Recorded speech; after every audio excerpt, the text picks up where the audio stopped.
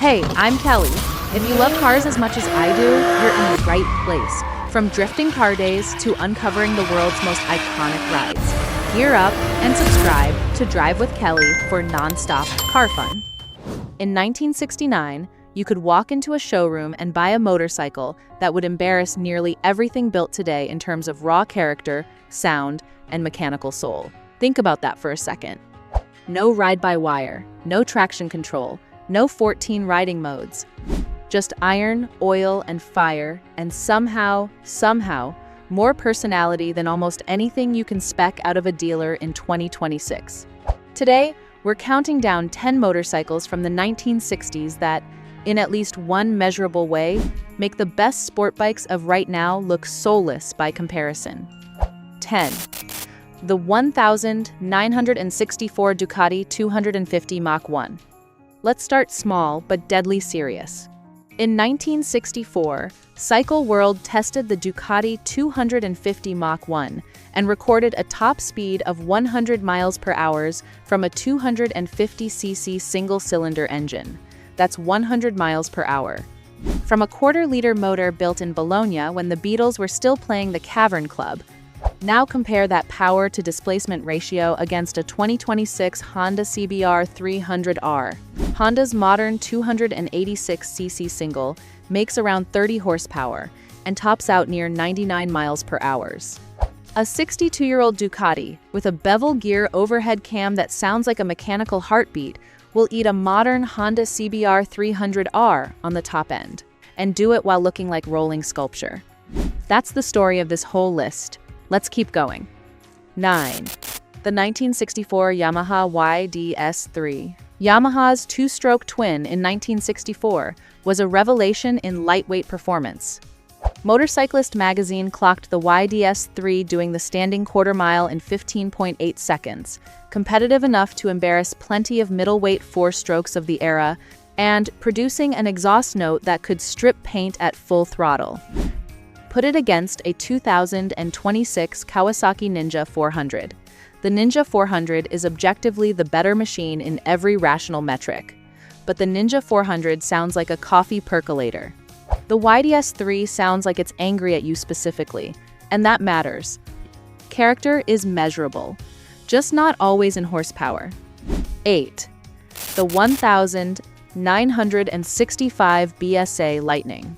Here's where we start getting serious.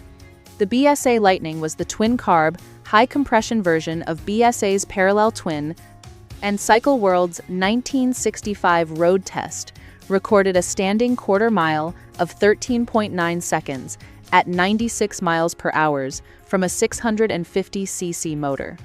That figure put it ahead of nearly every stock machine on American roads at the time. Now, stack that against a 2026 Royal Enfield Super Meteor 650. The Super Meteor is a beautiful, well-sorted machine. It makes 47 horsepower. It's comfortable and reliable in ways the BSA never was. But the BSA Lightning produced 52 horsepower from an air-cooled pushrod twin, more than a modern 650 twin from the brand that arguably inherited BSA's market.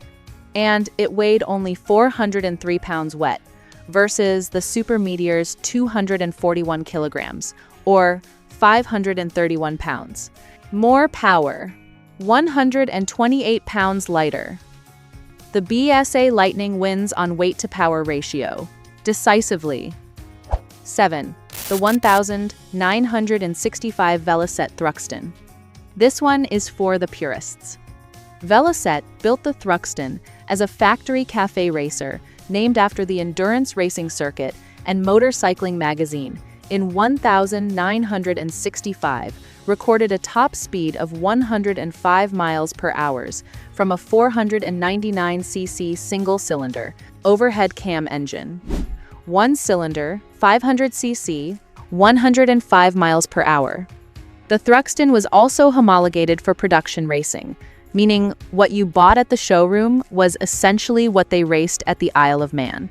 Compare that purity to a 2026 Triumph Speed 400.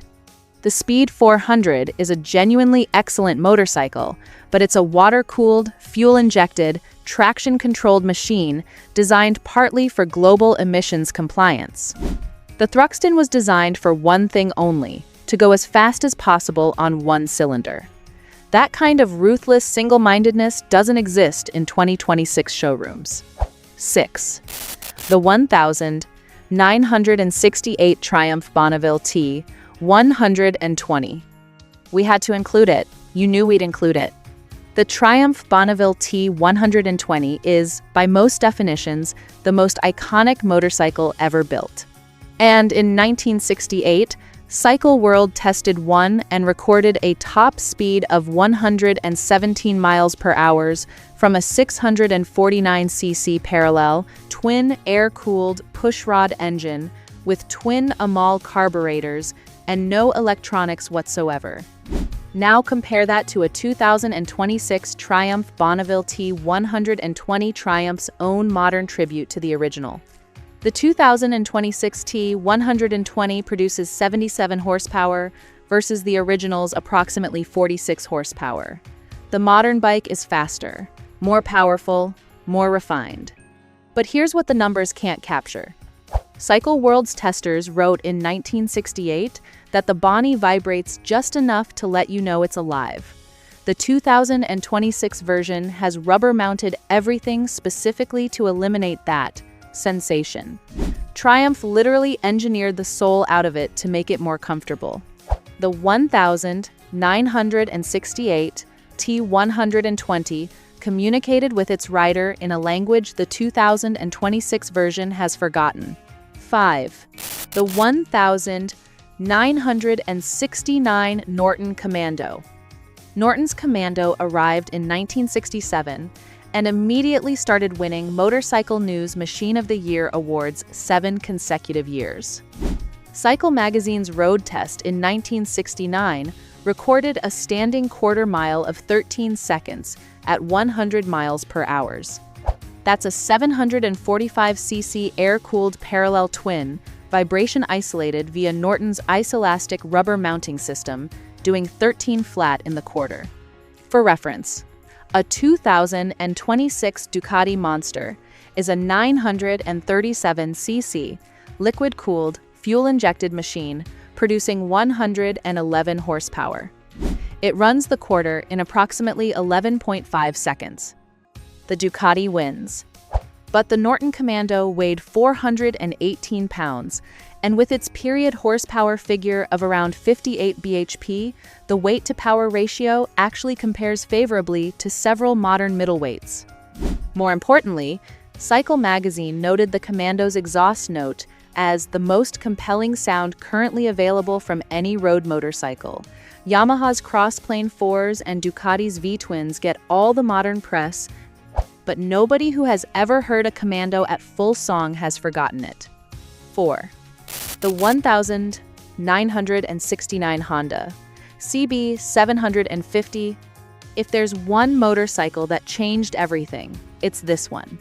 When Honda released the CB 754 in 1969, Cycle World ran a road test in their March 1969 issue that sent shockwaves through the industry. Their standing quarter-mile figure, 12.6 seconds at 108.07 miles per hour. Top speed, 125 miles per hour. In 1969, from a brand new over-the-counter motorcycle. From Honda, the CB 750 introduced a 4-cylinder, overhead cam engine, hydraulic front disc brake, and electric start to the mass market. It was technologically ahead of its British competition by nearly a decade.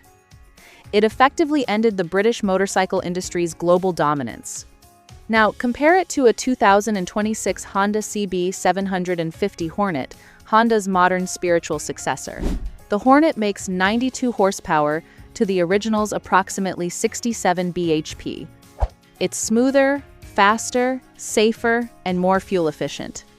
But in 1969, the CB 750 did something the 2026 Hornet cannot do. It shocked the world. It proved that a Japanese manufacturer could out-engineer, out-spec, and outperform the best of Europe. That moment can't be recaptured.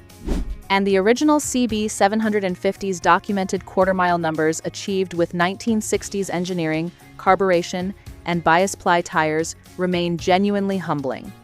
3.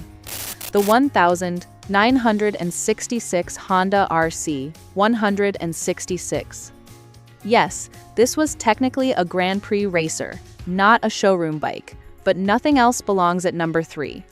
In 1966, Mike Halewood rode Honda's 250cc RC 166 six-cylinder to the World Championship. The engine spun to 18,000 revolutions per minute. It produced approximately 60 horsepower from 250cc, that's 240 horsepower per liter in 1966. A 2026 MotoGP prototype produces around 300 horsepower from a 1-liter engine. That's 300 HP liter 60 years later, with unlimited development budgets, carbon fiber, and computer-aided everything. The RC 166 got within measurable distance of a number that took the best engineers on Earth another 60 years to better. From 1966, with slide rules. 2. The 1969 Kawasaki H1 Mach III. This motorcycle is dangerous. That is not a metaphor. The Kawasaki H1 Mach III arrived in 1969 with a 500cc two-stroke triple engine, a chassis designed for something significantly less powerful, and absolutely no concern for rider survival. Cycle World's test recorded a standing quarter mile of 12.4 seconds at 104.7 miles per hour and a top speed of 121 miles per hour. It weighed only 383 pounds. That quarter-mile figure, 12.4 seconds, is quicker than a 2026 Kawasaki Z650, a modern 649cc twin producing 68 horsepower. The Mach III, with its period two-stroke technology, would pull away from a modern Kawasaki middleweight in a drag race. But it's the character of the acceleration that the numbers can't convey. Contemporary road testers describe the power delivery as coming in a violent rush above 6,000 revolutions per minute. 1. The 1966 millivolts Agusta 600. MV Agusta's road-going four-cylinder was almost a contradiction. A machine built by a factory that dominated Grand Prix racing, made street-legal, and sold to the public. Motorcycling Magazine tested the MV Agusta 600 inches 1966 and documented a top speed of 112 miles per hour from a 592cc four-cylinder engine, hand-built, 4 individual carburetors, 4 separate exhaust pipes. The engine produced approximately 52 horsepower, which in context is less than a 2026 Kawasaki Ninja 650. But here's why it's number 1. The MV600 sold for the equivalent of a luxury automobile in 1966. It was built to the same standards as MV's championship Grand Prix machines. Its engine note 4 cylinders, 4 pipes, howling to 8,500 revolutions per minute, was the same sound that dominated World Championship podiums for 15 consecutive years. No 2026 production motorcycle carries that kind of history in its engine casing. The MV Agusta 600 wasn't just a motorcycle, it was proof that racing technology could live on the road. In terms of acoustic experience, mechanical purity, and sheer historical weight, nothing made today touches it. So there you have it, 10 motorcycles from the 1960s, each one capable of embarrassing 2026's finest in at least one real, documented, measurable dimension. If you've ridden any of these, or if you think I got the order wrong, tell me in the comments. I want to hear it. And if this video just changed how you think about motorcycle history, get a sneak peek at these adventure bikes, which are perfect if you're over 50, which has now popped up on the upper left of your screen. And I'll see you on the next one.